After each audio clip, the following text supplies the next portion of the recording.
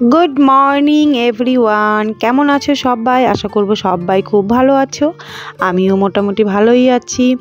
আজকে সানডে, আর আজকে সকালে ঘুম থেকে আমি একটু দেরি করেই উঠেছি, কেননা সানডে বুঝতেই পারছো কাজকর্ম অনেকটাই কম। তাও গুটি গুটি পায়ে এগিয়ে চললাম, দু একটা কাজ তো করতেই হবে। যাই হোক, শুরু হয়ে গেল কাজ। আস্তে ধীরে সব কাজকর্মগুলো সেরে ফ্রেশ হয়ে চলে গেলাম সোজা রান্নাঘরে। রান্নাঘর মোটামুটি পরিষ্কার, কালকে রাতেই অনেকটা কাজ সেরে রেখেছি, কিন্তু একটা কাজ আছে এখনও বাকি। সেটা হচ্ছে এই যে মালপত্রগুলো আমার গোছানোই হয়নি, একসময় গুছিয়ে ফেলতে হবে। তারপরে সানডেতে মেয়ে বলেছে আজকে লুচি খাবে, তাই লুচি বানানো শেষ আমার। ছোটো মেয়ের আবদার, মা লুচি খাবো, অনেকদিন থেকেই বলছিল, তবে টাইম পাচ্ছিলাম না। ভাবলাম আজকে যখন রবিবার, ঠিক আছে সকাল সকাল একটু লুচি ভেজে দিই।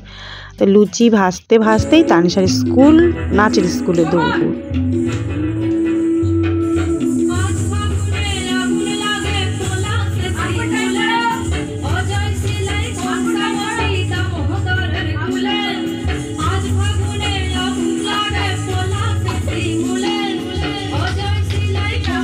লুচি ভাজতে ভাজতে ভুলেই গিয়েছিলাম আজকে তানিশার তো সকাল 10টায় নাচের স্কুল আছে। সো তাড়াতাড়ি ওকে রেডি করে চলে গেলাম নাচের স্কুলে। সেখানে ও বেশি কিছু খেলো না, কেননা ও বললো মা আমি নাচ থেকে এসে তারপরে খাবো। ঠিক আছে, ওকে নাচের স্কুলে দিয়েই আসলাম। বেশি দূর না যদিও, কাছেই একদম, ওরই পিসির কাছে নাচ শেখে। সেখানে দিয়ে আসলাম, দিয়ে এসে বাদবাকি রান্নাবান্না যতটুকু ছিল রান্না করলাম। লুচির সাথে ডিমের কারি খাবে বলেছিল, ডিমের কারি করলাম। সেই সমস্ত করে রেডি করে নিয়ে আমরা সবাই মিলে, আমি মনির বাবা, তিনজনে মিলে, কালকের মা দিয়ে গেছিলো পাটিসাপটা, সেই সব কিছু মিলে আমরা বসে পড়লাম বাইরে রোদে খেতে। কেননা মনির একটু আর কি রোদের তাপ শরীরে খুব দরকার, ওর ইমিউনিটি একদমই কম। ডাক্তার বলেছে ওকে একটু রোদে বসিয়ে রাখতে, তা আমরা ছাড়া তো রোদে বসবে না। এখন রোদটা যদিও গায়ে খুব লাগে, কেননা গরম পড়ছে ভাব, কিন্তু মনিকে নিয়ে একটু বসতেই হবে। সূর্যের তাপটা খুবই লাগছে, কিন্তু বলো গরম গরম ভাব পড়ে গেছে অলরেডি। তাহলে আমরা এখন লুচি খাচ্ছি ডিম দিয়ে। আর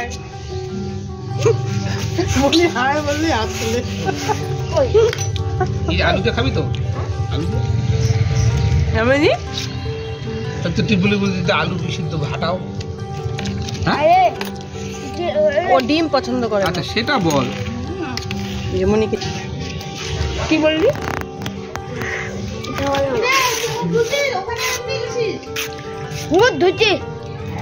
কি তো এই দেখো,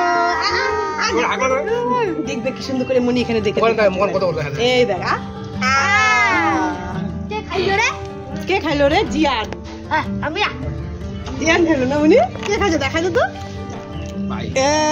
জিয়ান। তারপরেই দেখো তানিশা চলে এসে ড্রেস চেঞ্জ করে ওর খাওয়াও হয়ে গেছে। বাইরে দিদির সঙ্গে বসে তুমি একটা কাজ করো, এখানে বসে বসে ডায়েরি লেখো। তারপর এই দেখো আজকে মনির চুলটা একটু কাটানো হচ্ছে। মনির চুল তো কেউ কাটতে পারে না ওর বাবা ছাড়া। এই মনির চুলের পেছন দিকটা না অনেকটাই বড় হয়ে গেছে, ভালো লাগে না, দেখতেও ভালো লাগে না। এমনি মেয়েটার শরীর ভালো না, আরও চুলগুলো ভালো করে কাটা না থাকলে না দেখতে ভালো লাগে না, কেমন যেন অসুখ মনে হয়। তাই ওর বাবাকে বললাম চুলটা একটু সুন্দর করে কেটে দিতে। তো পেছনের চুলগুলো অনেকটা বড় হয়ে গেছিলো, সেগুলো একটু সুন্দর করে আর কি কেটে দিচ্ছে। চুপচাপই বসে আছে ও, কিন্তু এত ভদ্রভাবে থাকেও না, বাইরে সবাই আছি তাই। শাড়ি পরবা, সুন্দর করে শাড়ি পরবে, সাজবে না মনি, খোপা করবে। মনিকে খোপা করে দিব মনি। হ্যাঁ, কেমন করে খোপা করবা? ওই দেখ দেখায়,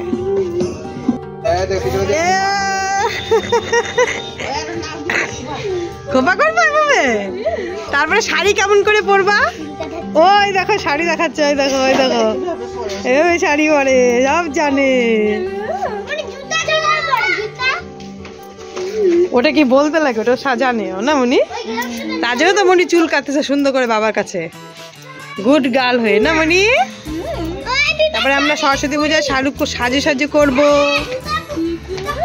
মেকআপ করবি মনি? মেকআপ দেখো মেকআপ কোথায় করে, তারপরে ঘুরতে যাব। হ্যাঁ, কার সাথে ঘুরতে যাবি? আমার সাথে না বাবুর সাথে? কার সাথে? বাবার সাথে না আমার সাথে? বাবার সাথে।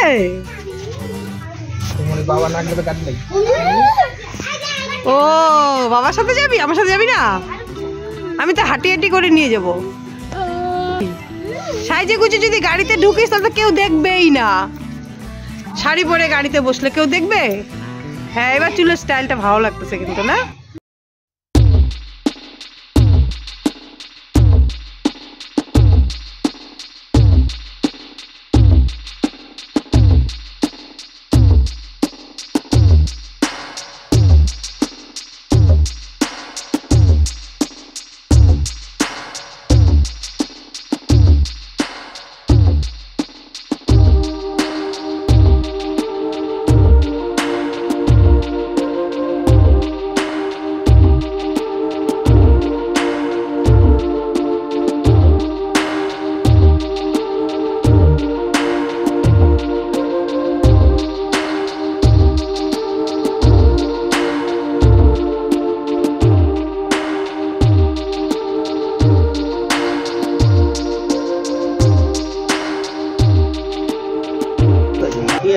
দেখেছে রে চুলটা কাটে জল মাঝখানে খোঁচা দিয়া দিচ্ছে, ও এমনি সহ্য করতেছে না। ওই যে ওগুলো ফেলে দিচ্ছে, ওগুলো যখন হয়ে যাক কুটকুট করতেছে যে ওর। না না, ঠিক হয়ে যাবে, এখন চান করবে। এই তো ওই বেশি কাটো না, বেশি কাটো না, দেখতে ভালো লাগতেছে কিন্তু। হ্যাঁ, এই যে মনিরের সাইড না না, তাও দেখতে তো ভালো লাগতে লাগবে একটু। হ্যাঁ, এবার চুলটা ভালো লাগতেছে। এর আগে চুলটা একদম ভালো লাগে নাই মনি, কিনা মনি? ভালো লাগবে। আমি হচ্ছে মনিকে একজন নাম দিছে নতুন, ডল। খুশি হলে মনিকে একজন নিউ নেম দিছে, ডল। মনি ডল, ডল রে, তুমি ডল।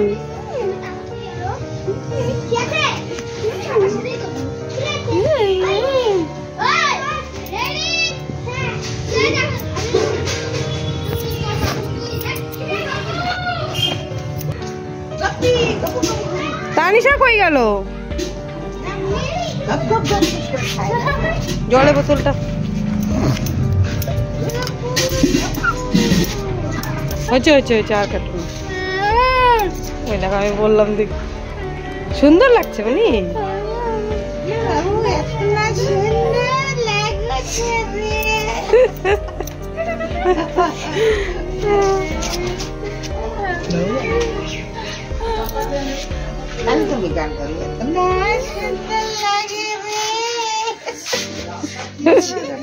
ঠাকুমা কি গান করে রে?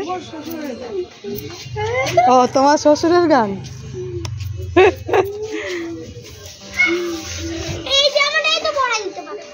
পড়বে না।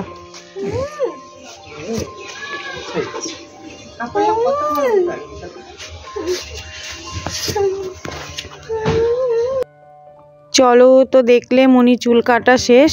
মনিকে এখন স্নান করাবো, তানিশাকে স্নান করাবো। এই করতে করতেই বেলা 12:30 একটা প্রায় বেজে গেল। এখনও আমার রান্না আছে, নিজে স্নান করে রান্নাঘরে ঢুকবো। ব্লগটা আজকে এখানেই শেষ করছি, আবার দেখা হবে অন্য আরেকটি ব্লগে। সবাই খুব ভালো থেকো, সুস্থ থেকো, আর অবশ্যই সাবধানে থেকো, নিজেদের খেয়াল রেখো। আবার দেখা হবে অন্য আরেকটি ব্লগে। টাটা।